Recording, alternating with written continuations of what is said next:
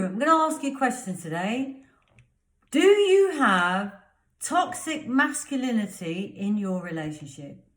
What is that? I hear you scream. Well, it's the extreme culture pressures that make a man act in a way that's actually really harmful to them.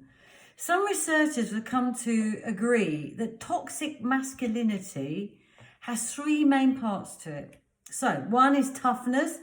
It's a belief that men should be physically strong, emotionally cruel, and behave aggressively. I know quite a few people whose fathers are like this. And then number two is anti-femininity. So that's where men reject anything to do with feminine, like showing your emotion or asking for help. And the third one is power. This is the belief that men must work hard to obtain status and get respect.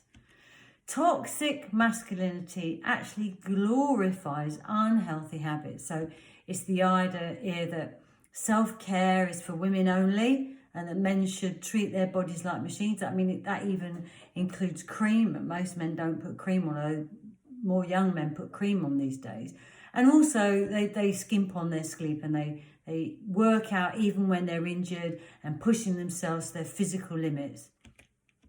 So toxic masculinity prevents men from seeing doctors even.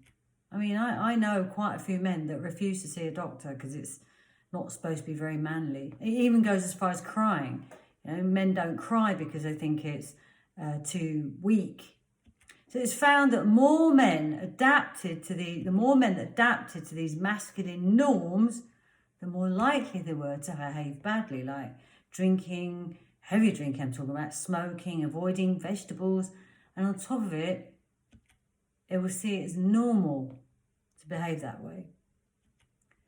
It also discourages men from getting mental health treatment. So things like depression, anxiety, substance issues and mental health problems, they're seen as weakness.